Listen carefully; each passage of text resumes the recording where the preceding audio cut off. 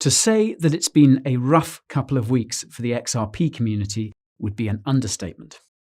The lawsuit filed by the SEC against Ripple on December the 22nd has turned the XRP price chart on its head, undoing all the gains it had made in the previous few months. Some are calling this a classic case of FUD, whereas others believe this marks the beginning of the end for Ripple and XRP. Now, making sense of the SEC lawsuit against Ripple has been difficult, given that most of the in-depth coverage around it has come from those with the strongest opinions about Ripple and XRP. All the legal mumbo-jumbo involved with this suit also tends to fly over people's heads, making it objectively difficult to understand. My name is Guy, and today I'm going to give you a simple, unbiased, no-nonsense breakdown of the SEC suit against Ripple and what its outcome could mean for XRP and the cryptocurrency space as a whole.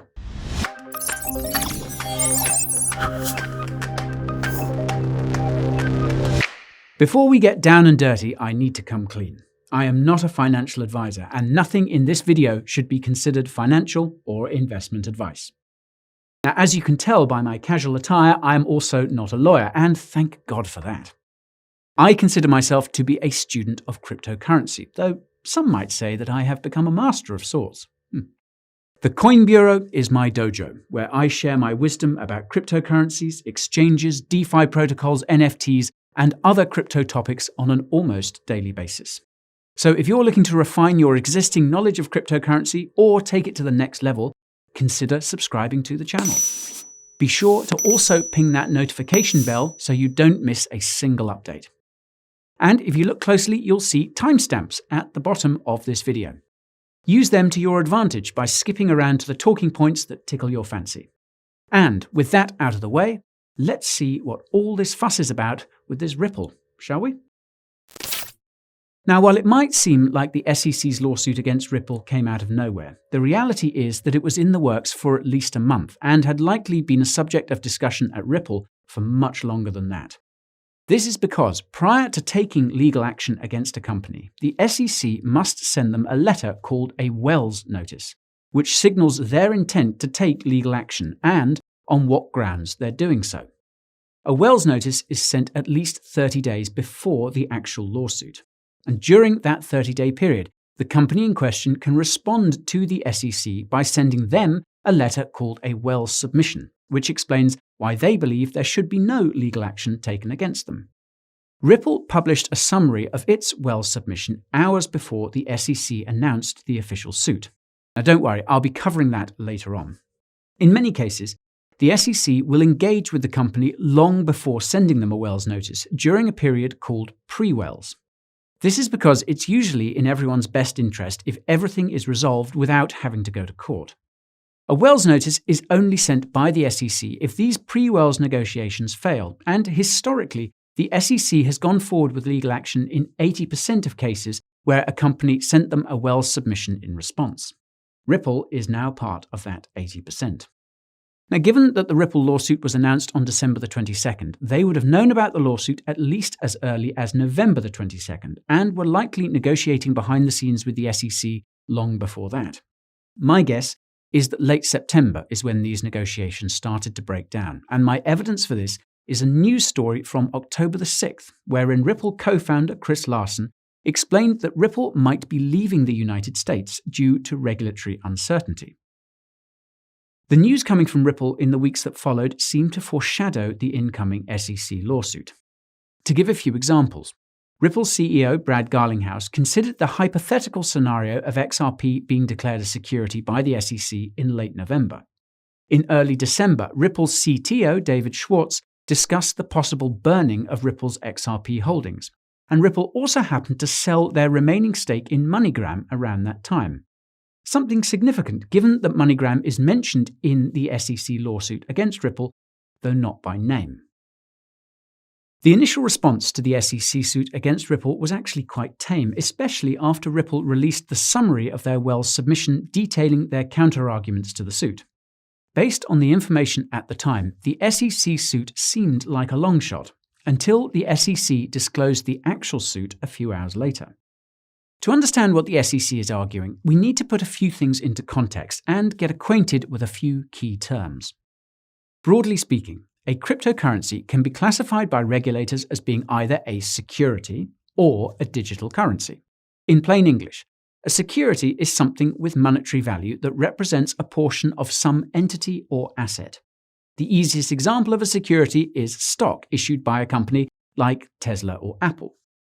Stocks have monetary value and represent a portion of the company that issued them. The Securities and Exchange Commission, or SEC, is the regulatory authority responsible for overseeing securities in the United States. All securities must be registered with the SEC before they can be bought and sold. Otherwise, they are considered unregistered securities and are therefore illegal to buy and sell. The SEC decides whether a given cryptocurrency is a security using something called the Howey Test. The Howey Test was created by the United States Supreme Court because of a 1946 court case between the SEC and W.J. Howey Co. The TLDR of this is that the company leased out a bunch of land to investors to fund additional operations, which the investors believed they would profit from. The Howey Test has 4 criteria that all need to be met for a cryptocurrency to be considered a security. The first criterion is that it requires an investment of money or something else of value to get. Fiat is used to buy cryptocurrencies, so they meet that first criterion. The second criterion is that it is a common enterprise, meaning the price action of the asset is universal to everyone holding it. When the price of a cryptocurrency crashes by 5% for me, it crashes by 5% for you too, assuming you're holding the same coin or token. This checks the box for the second criterion. The third criterion is a reasonable expectation of profit. Now, while I would argue that cryptocurrencies generally carry an unreasonable expectation of profit, the expectation of profit is there nonetheless, meaning the third criterion is also satisfied by cryptocurrencies. The fourth and final criterion required for a cryptocurrency to be declared a security is that the expectation of profit comes from the managerial efforts of a third party. As you'll have guessed by now, whether or not a cryptocurrency is labeled a security usually hinges on this fourth criterion. Some cryptocurrencies are almost always considered to be securities, namely tokens sold during an ICO. This is because it's rare for a cryptocurrency project to be offering its own native token or a finished product at the outset. Instead, they sell tokens to raise funds to develop the mainnet that has the functions their investors believe will give value to the tokens they bought during the ICO.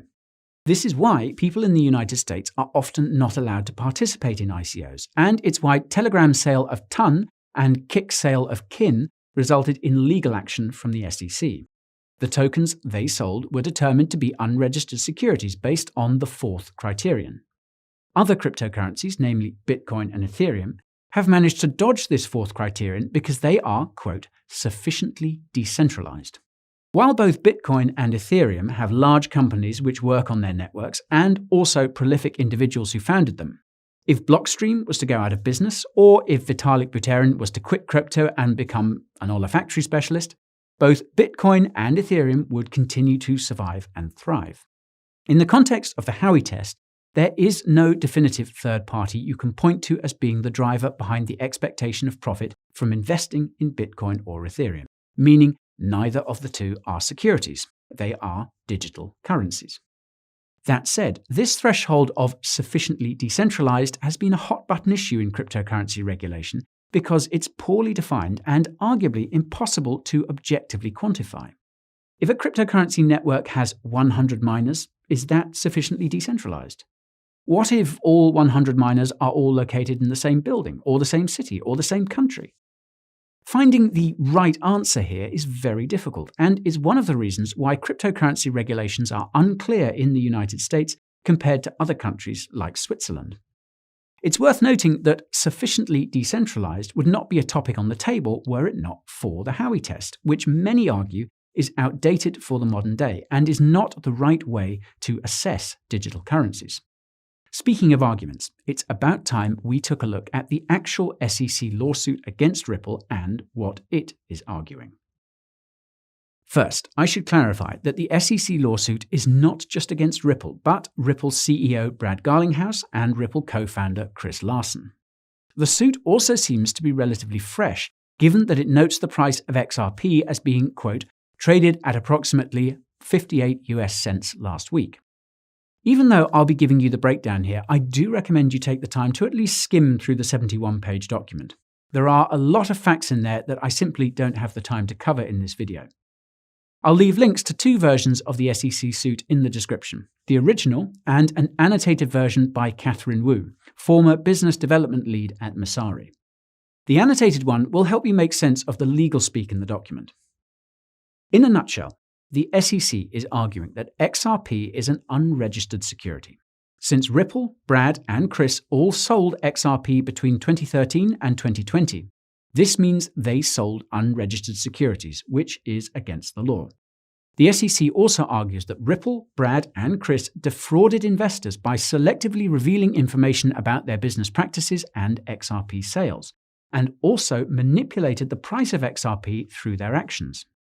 Although the SEC is not pursuing any charges related to any sort of fraud at this time, there is no shortage of evidence of such practices, and you have probably heard about some of it already. Some onlookers, including Cardano founder Charles Hoskinson, believe it is likely that other regulatory bodies will jump in the ring as a consequence. Right now, what the SEC wants is 3 things. First, they want Ripple, Brad, and Chris to cough up the money they made from their sales of XRP. This works out to just under $1.4 billion from Ripple, $450 million from Chris, and $150 million from Brad. The SEC may also add additional fines to these figures. Second, they want Ripple, Brad, and Chris to stop selling XRP. And last but not least, they want to ban Ripple, Brad, or Chris from participating in any cryptocurrency ICOs. In contrast to other SEC suits against cryptocurrency companies, meeting the 4th criterion of the Howey Test does not seem to depend on whether or not XRP is sufficiently decentralized. Instead, the SEC is arguing that XRP is a security based on the internal and external actions and correspondences of Ripple and its top executives. This is why the SEC's suit against Ripple was brought before the Federal Court of New York in Manhattan, even though Ripple is technically based in California. Many of the statements and actions referenced in the suit were made in New York, where Ripple has an office and where Brad lives. Here are just a few of the highlights. 2 legal memos provided to Ripple by a law firm in 2012 warning them that XRP was at risk of being classified as a security even before it was issued. They advised Ripple and its top executives to be cautious with how they sold and marketed XRP for these reasons. Both Chris and Brad were aware of this legal memo. Chris had also settled with the SEC at his previous company in 2008, meaning that he was very familiar with the laws in question. Neither of them heeded these warnings, and they, along with Ripple, proceeded to market XRP in a way that would put them at risk of the sort of regulatory smackdown we're currently seeing. For example, the explicitly stated goal of Ripple's XRP sales was to fund Ripple Labs operations. Ripple tried to sell XRP to as many investors as possible. Throughout their earlier sales, Ripple also had control over most of XRP's supply. The SEC also highlights that most of Ripple's revenue comes from its sale of XRP. And one of the craziest revelations is that Ripple, Brad, and Chris sold that XRP for anywhere between 4 to 30% less than the current market price of XRP, with very short lockup periods and almost no other restrictions. This basically guaranteed a profit for those who bought XRP directly from them and resulted in millions of XRP being dumped on the market. MoneyGram apparently sold XRP on the same days Ripple gave it to them. This information was not actively shared with retail investors like you and me. The suit also briefly mentions Xspring, which is the investment arm of Ripple Labs. For those who don't know, Xspring is the entity which funded Flare Network, the company that recently airdropped their Spark token to XRP holders. This is important to note because the explicit purpose of Flare Network is to add value to XRP, something which I think will come into play as this case unfolds. Now you can learn more about Flare by clicking on that handy link in the top right. Ripple also paid 10 unnamed exchanges to list XRP on their platforms. Now this is quite commonplace, although Ripple paid these exchanges using XRP, and the XRP they paid them with had little to no restrictions on it when it could be sold. Ripple, Brad, and Chris also spent a great deal of time trying to influence the price of XRP by buying and selling it while releasing good or bad news about Ripple.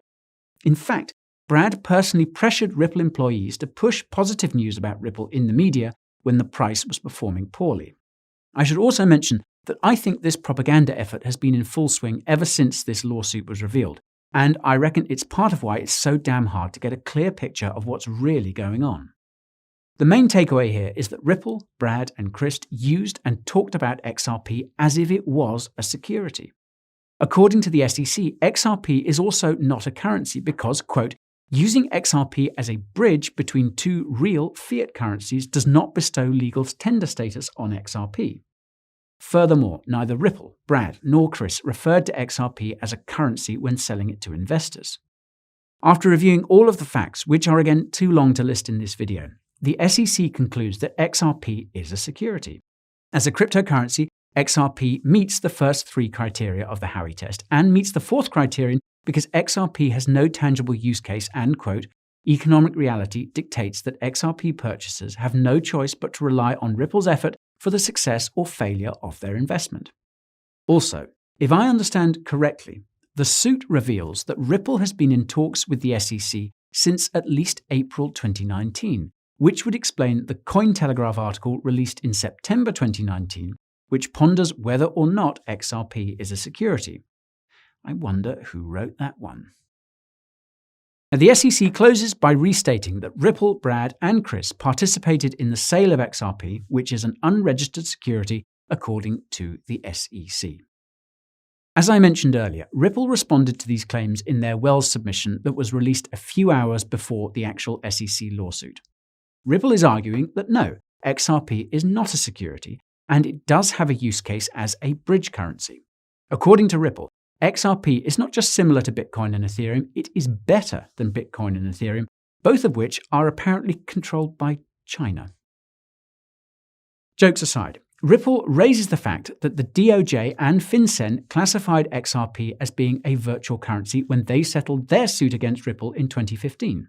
That said, according to a recent in-depth analysis by a law professor from Cointelegraph, the SEC could still classify XRP as a security even if other regulators believe it to be a currency, something which does not seem to make much sense to me. It seems Ripple's executives have a point when they say the US has confusing regulations. Now, Ripple also argues that the sales of XRP by Ripple, Brad, and Chris had no effect on the price of XRP, and that its price is exponentially more dependent on Bitcoin than anything either of the three parties could do. They apparently have boatloads of data to support this, but I wonder how much it will matter given that they were explicit in their intentions to influence the price according to the SEC suit. The Wells submission then goes through each of the four criteria of the Howey Test and how XRP does not meet them. Though, given the facts revealed in the actual SEC suit, Ripple's arguments do not hold much water here. The final counter-argument made in Ripple's Wells submission is probably the strongest, and it highlights the fact that no country has classified XRP as a security. In an interview on CNBC discussing the SEC suit, Brad noted that the United Kingdom, Japan, Switzerland, and Singapore all consider XRP to be a currency and not a security. This would make the United States an outlier. Now, something tells me that the SEC is not going to care too much about what other countries have to say about XRP. It's not looking good for Ripple, and the fallout seems to have only just begun. At the time of shooting, about half a dozen exchanges have delisted XRP. Some crypto investment funds have dumped their XRP holdings, and others have changed their minds about whether they should hold XRP at all. Even MoneyGram has apparently distanced itself from Ripple. You might be wondering why this is happening, and the answer is simple: regulation. I can't think of a single cryptocurrency exchange in the United States that is licensed to issue and trade securities, at least not one that's big enough to remember off the top of my head. If XRP is determined to be a security, any unlicensed exchange which lists the coin could be subject to some very serious repercussions, be it fines or otherwise. On the other hand, I think rushing to delist XRP is a bit of a mistake. Even though the price has taken a beating, XRP is still one of the most traded cryptocurrencies, and cutting it out means missing out on a nice piece of profit for many exchanges. After all, XRP has not been classified as a security, at least not yet. However, it seems that Coinbase isn't taking any chances. Earlier this week, Coinbase announced that they will be indefinitely suspending XRP trading starting January the 19th, and noted they might halt trading sooner than that. Coinbase is about to go public, meaning it's going to start issuing securities of its own, its stocks. Apparently, many early investors in Coinbase's IPO were feeling nervous about XRP being traded on its platform. Many had been calling this since December the 22nd, and it wasn't just speculation either. Whale Alert had actually picked up on large movements of XRP from what are believed to be cold wallets belonging to Coinbase in the days prior to the delisting. Now, since Coinbase is the largest cryptocurrency exchange in the US, I have a feeling that this will cause a domino effect, inspiring many small and medium exchanges in the United States to also delist XRP in the coming days. This would be devastating for the price of XRP, but I'm not convinced that this will kill it. After all, the XRP army is strong, and there are still hundreds of other exchanges around the world that will continue to support XRP. This lawsuit is going to take at least a year or two to resolve, and I think the information that comes out before it concludes is actually what will send XRP to the shadow realm. Now that said, Ripple seems to have a solid legal team and will do everything in its power to win. There is a lot on the line here for Ripple. If XRP is labeled a security, it will probably be the end of their aspirations of being the payment network for financial institutions. And no, contrary to Ripple's claims, this SEC suit is nothing close to an attack on the cryptocurrency space. It is Ripple that's in the sniper scope, and this makes XRP one of the riskiest cryptocurrencies to hold for the time being. Now, the silver lining is that if Ripple somehow manages to win this lawsuit, those who bought the dip will be vindicated. Just bear in mind that we have probably not seen the bottom yet. Repetition is the key to remembering, so let's recap. Ripple had been in talks with the SEC for well over a year before this lawsuit. This pre-Wells period seems to have turned sour sometime in October this year, when Ripple began signaling its intentions to leave the United States due to regulatory ambiguity. This is around the time the SEC served Ripple with their Wells notice, telling them they would be seeking legal action. After a handful of peculiar headlines about Ripple in the weeks that followed, Ripple's CEO Brad Garlinghouse revealed on December the 21st that the SEC was officially pressing charges. Hours after releasing a summary of their Wells submission consisting of their counterarguments to the suit, the SEC revealed it in its entirety, sending shockwaves through the cryptocurrency space. The SEC is arguing that XRP is not a currency, but a security. They're making this claim based on the 4 criteria of the Howey Test, which considers an asset to be a security if it's invested in using money, if its value changes universally for all those holding it when the price fluctuates, if there is a reasonable expectation of profit, and if that reasonable expectation is driven by a third party. Most cryptocurrencies meet the first 3 criteria, and many meet the 4th, namely tokens sold during ICOs. Conversely, Bitcoin and Ethereum have managed to avoid being labeled securities due to their decentralization. There is no single entity that could be pointed to as being the driver of expectations that the price will rise. It seems that Ripple seems to have explicitly implicated itself and its CEO and co-founder as being instrumental in XRP's valuation, price action, and its use as a security, not a currency. As such, the SEC has noted all 3 parties in its suit and is demanding the forfeiture of all the profits they've made from selling XRP, which total up to around $2 billion, not counting any additional fines they could slap on. In addition, the SEC wants all 3 parties to stop selling XRP and wants to make sure they can never participate in the sale of a digital security ever again. Given the unbelievably unethical practices detailed in the SEC suit, it's also possible that other regulatory authorities could jump in on the action, as there seems to be grounds for fraud and other crimes committed by Ripple, Brad, and Chris, all 3 of whom arguably deceived retail investors like you and me. The SEC lawsuit has revealed just how rotten Ripple and its key executives are, and how poorly the company has done in fostering any real use of its technologies. It seems like a slam dunk case for the SEC, and many exchanges and investment funds have already decided they do not want to play ball. Still, Ripple has no shortage of fight left, and assuming XRP believers are not completely alienated by the additional information that comes to light as this suit unfolds, XRP could still survive and possibly recover. Stranger things have happened in crypto, am I right? If you enjoyed this video, let YouTube know by hitting that like button. The subscribe button also tells me it's feeling jealous, so be sure to hit that up as well. Pinging the notification bell also seems like a good idea. You want to be on top of the latest and greatest in crypto after all, don't you? Before we part ways, let me show you my secret stash. I've got everything you need. Stylish merch at the Coin Bureau merch store. Daily market insights on the Coin Bureau Insider Telegram channel. Memes and behind the scenes on Instagram, and hot takes in real time on Twitter. Last but not least, my prized possession, my weekly cryptocurrency newsletter.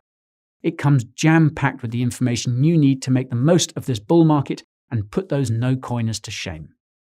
Links to all of those are in the description below. That's all for today, my friends. Thank you as always for watching, and I'll see you in the next one.